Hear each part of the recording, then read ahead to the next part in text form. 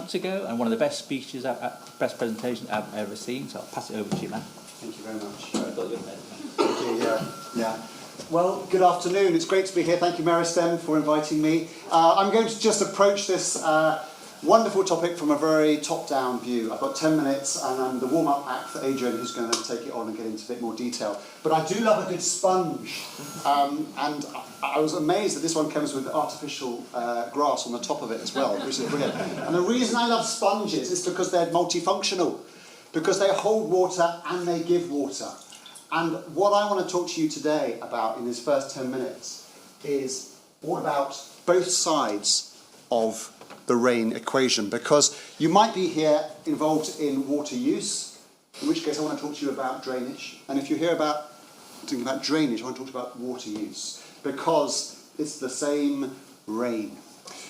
So I'm going to talk to you about why and how creating a sponge city starts with managing rain where it lands. And those last 6 words will be repeated numerous times. And the reason I'm going to repeat them numerous times is because I'd like you to go and repeat them numerous times as well. I don't need to tell you that we've got a rapidly changing climate. Okay, I'm talking to experts, professionals, passionate people who recognise what the heck is going on. I always used to be told that you can't see climate change happening because it's a very slow process. But I've come to realise over the past few years that we can actually, sadly, see how rapidly it is changing. And if you take those last 50 years and project them forwards another 50 years, we're going to be in a very different place in 2076 than we are today. As our temperatures warm, the atmosphere holds more moisture. Every 1 degree gets warmer, it holds about 7% more moisture, and we're seeing that. In our overall years, we're seeing warmer and wetter years. Now, whilst the winter is more extreme in terms of wetness, the summer is getting drier, interspersed with heavier thunderstorms. But overall, when you look at all 12 months, that is the pattern that we see. And at the same time as we see that happening, we also see this happening. We see us wasting water and putting a huge amount of energy into wasting water. You sometimes think, why would we call ourselves Homo sapiens? There's nothing sapiens about us. Sapiens means wise, and we're not wise because we lift 4.6 cubic kilometres of water to our customers each year, and we lift it 100 metres in the air to get to our taps. That is a lot of energy. A teralitre, which is a measure of volume that you probably don't use in normal language, is a cubic kilometre. 4.6 cubic kilometres, that's 4.6 trillion kilograms of water lifted about 100 metres in the air. And what is crazy is that a quarter of that we use to fill our toilets with. High quality drinking water that we flush poo away with. That is stupid. This is daft. We then treat a further 2.3 to 3.7 cubic kilometres of water because we add the rain to our sewage and expect our sewage works to treat it. They can't. That's why we have storm overflows, tragically. There's a huge amount of energy that goes into unnecessarily moving water.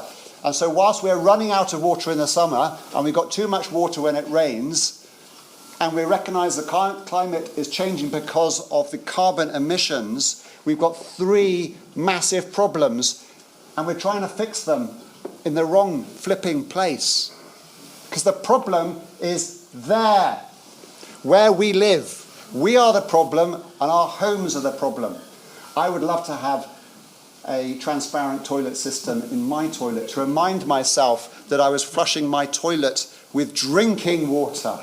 That's crazy. I don't actually have a toilet connected to the downpipes, but if I did, like about half of the properties in this country that were built before the mid-1960s when building regs changed, you are connected to a combined sewer. And so we try and fix the problems that are here, miles away from where the problems are. So we build big reservoirs, or we're planning to build big reservoirs, and we build big storage tanks for the contaminated rain, contaminated with sewage. And we wonder why those aren't good solutions. We store, we treat, we pump more, and then we store, pump and treat more. Energy, energy, energy, chemicals.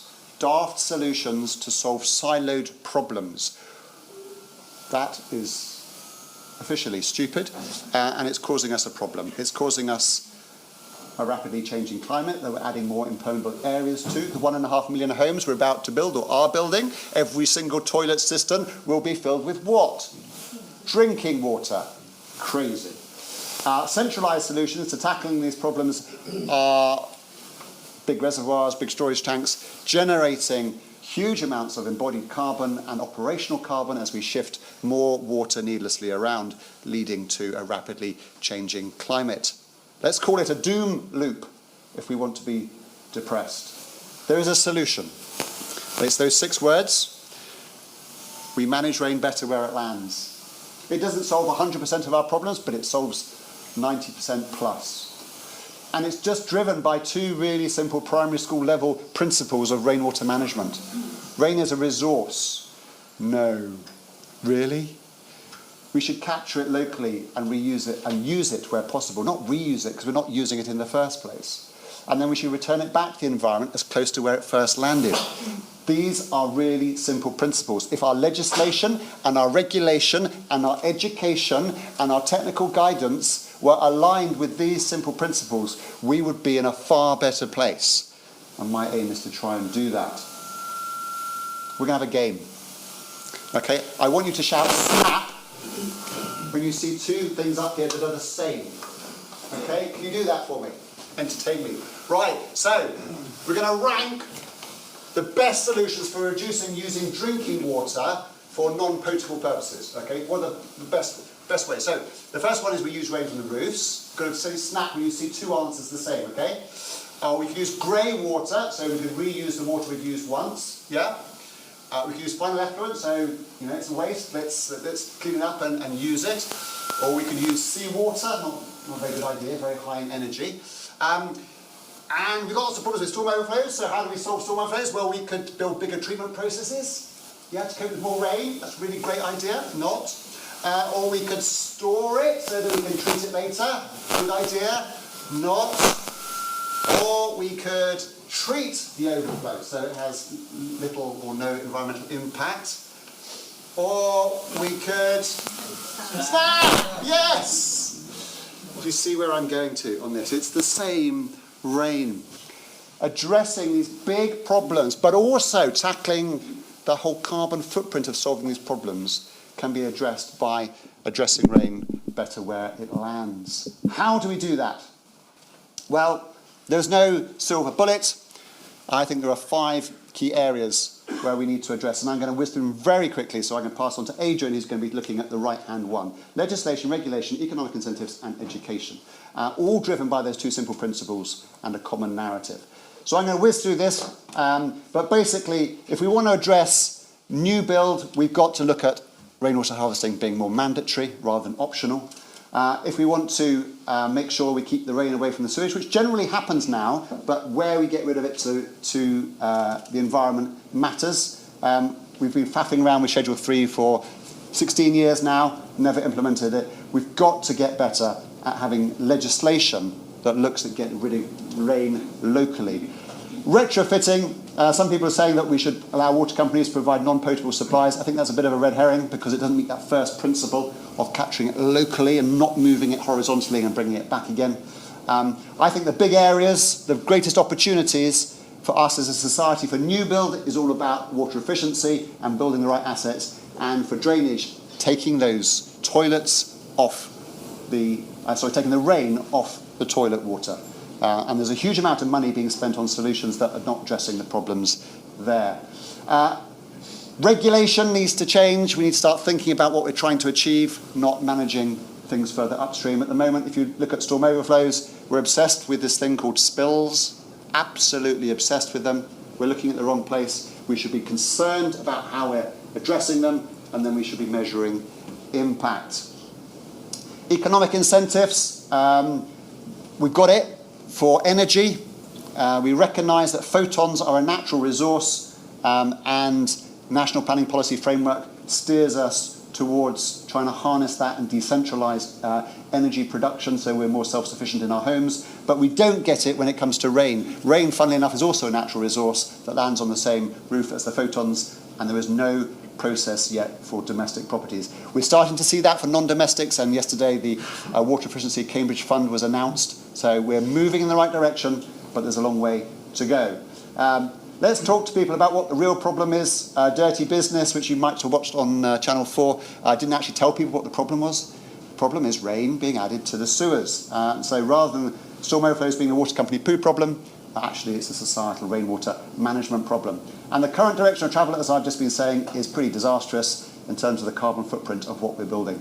We want a common, simple headline narrative of managing rain better where it lands, with those two simple principles. And let's get passionate about it, if you are passionate about it. There's green shoots in that government's new national standards recognises the value, the resource side of rain before you get rid of it. That is wonderful, but it's non-statutory guidance. What Adrian's about to talk about is this, so I'm not going to steal his thunder. I'm going to move on to two final quotes. First is from the Water Minister, Emma Hardy, last month, saying we should be better at managing rain and looking at where it lands. Hallelujah. She's got it. That's great. But more importantly, let's listen to Janet and John, because they know what they're talking about. My goodness me, John, we've sorted water scarcity and storm overflows and reduced our carbon footprint. Janet, that's because you and me are good at managing rain where it lands. Simples. And now for the tricky bit. Adrian.